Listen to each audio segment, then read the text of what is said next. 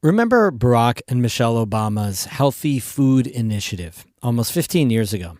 It promoted exercise and fitness among kids and getting healthier food into school cafeterias.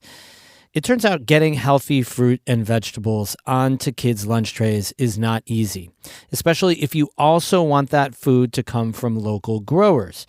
A new project in Clinton and Essex counties tries to make that easier by creating a central kitchen for all the schools. That's today's story of the day. Support for Story of the Day comes from Long Run Wealth, an SEC-registered investment advisor in Lake Placid, providing comprehensive wealth management, retirement, and financial planning solutions. LongRunWealth.com. And from SciTech Business Solutions, training and consulting services to help businesses grow. More information at citec.org. Hey, I'm David Sommerstein. It's Wednesday, May 29th. First up, the COVID-19 pandemic highlighted the disparities between who's connected to the internet and who isn't. Here in the North Country, that's more than 14,000 people in St. Lawrence County, about 4% of all kids in Essex County. And in Lewis County, 12% of people can only get online through their cell phone data plan. As St. Lawrence Valley reporter Catherine Wheeler reports, researchers based at Cornell have gathered data about internet connectivity in one place to help push for universal access. As of 2022, more than 1.8 million New Yorkers didn't have a broadband internet connection at home.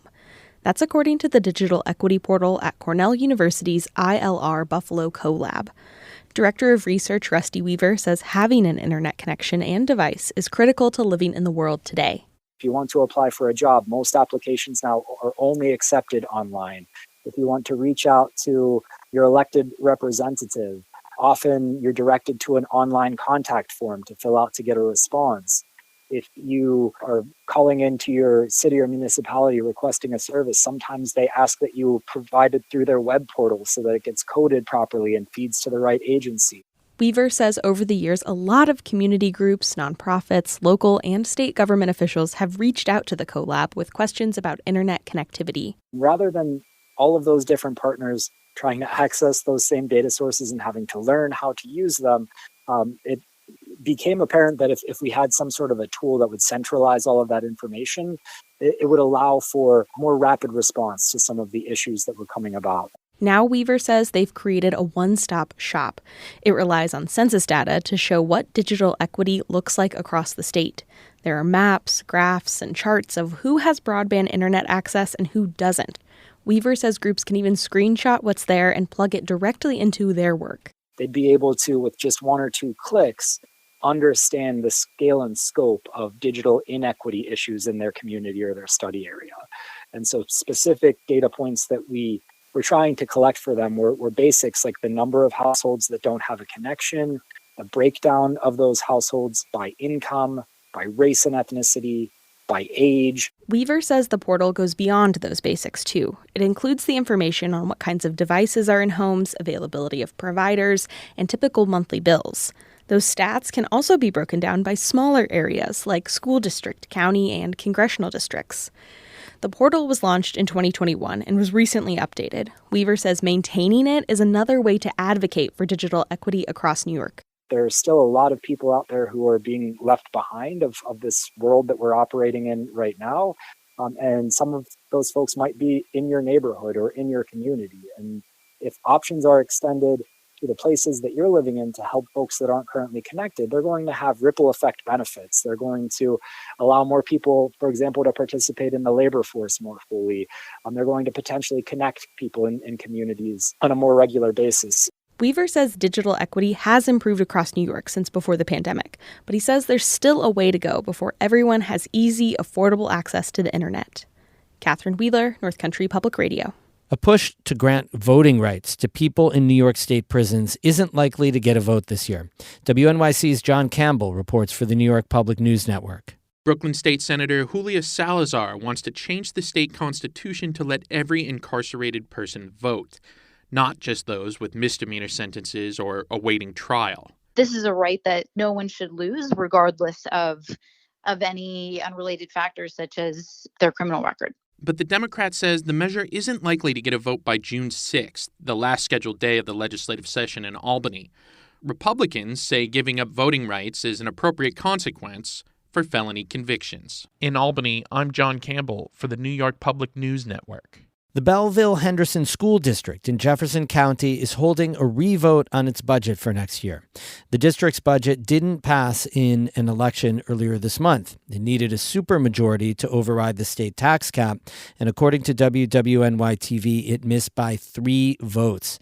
Belleville-Henderson officials say they've reworked the budget so that it will fall within the state tax cap and will only need a simple majority to pass.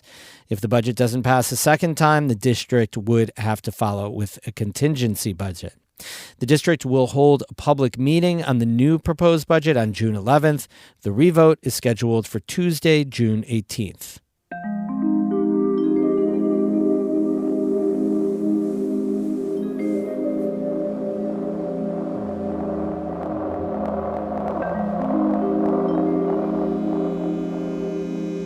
Abosies in Clinton and Essex counties recently got a big state grant to build a centralized local food hub.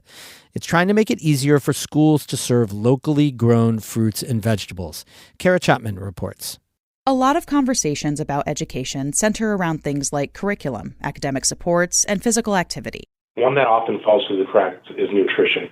That's Eric Bell with Champlain Valley Educational Services, or CVES. He says his organization sees nutrition as an integral part of educating students. That looks like making things from scratch, using locally sourced food, and trying to meet students' nutritional needs during the school day. Bell says that's important for their physical, mental, and emotional development. So what we are putting into the body of our 3 to 18 to 19-year-old students is critically important to their ability to learn every single day. CVES wants to help more kids in Clinton and Essex counties get access to fresh local food. It's getting a $5 million grant from the state to help create a central food hub. Bell says the food hub will be located in the Plattsburgh area, and the plan is for it to launch in 2026. The idea is that CVES chefs will do large-scale processing of the food, things like baking fresh bread and preparing vegetables for salad bars. Then it'll get delivered to school districts, where it'll be prepped and served. What we want to do is make it as easy as serving processed food. However, the food is going to be purchased locally. The food is going to be made from scratch and then delivered to school districts from the Plattsburgh area so they then can serve it to students. Bell says it's a cost-effective way to bring highly nutritious food to students. That's because CVES can procure the food in high quantities from local farms and take care of the more labor-intensive prep. Some local school districts are already focused on giving their students fresh food. James Knight Jr. is the superintendent at Northern Adirondack Central School in northern Clinton County. We currently do make a lot of things from scratch. We also participate with the USDA Favors program, which stands for Fresh Fruits and Vegetable Ordering System. He says that's a federal program that sources fresh produce so students have fresh breakfast and lunch options every day. Knight says Northern Adirondack isn't currently planning to utilize the CVES food hub, but he says the district supports it since it will benefit students in Clinton and Essex counties, and the grant funding will support upgrades to its kitchen. We're happy to be a part of the grant as a component district, knowing that, our kitchens will receive some funding or at least equipment to enhance what we already do. But the state grant isn't just about nourishing today's students. Bell with CVES says it'll also help educate tomorrow's chefs. Right now, there's no culinary arts program at the CVES campus in Mineville, near Mariah in Essex County. And Bell says the Plattsburgh program is at max capacity with high school students. It limits our ability to provide a lot of adult programming in the culinary arts, and we see that there's a need for that in North Country and a want for it. Bell says the state funding will help create 2 state-of-the-art culinary education facilities. One will be housed in a new career and technical education facility in Plattsburgh that's set to go live in 2026. Bell says the other will help bring culinary arts to the Mineville campus in about 4 or 5 years. So it really opens a lot of doors to our students and our local communities to build that workforce into the future. And that future workforce may even help prepare the food their fellow students eat. Bell says CVES sees the food hub as a possible training opportunity for culinary arts students where they'll learn the job alongside experienced chefs. Kara Chapman, North Country Public Radio. We have more news all the time on our website, ncpr.org. Music today by Lost in Beijing of Keane and Michael Hart and Ramon Vasquez of Malone.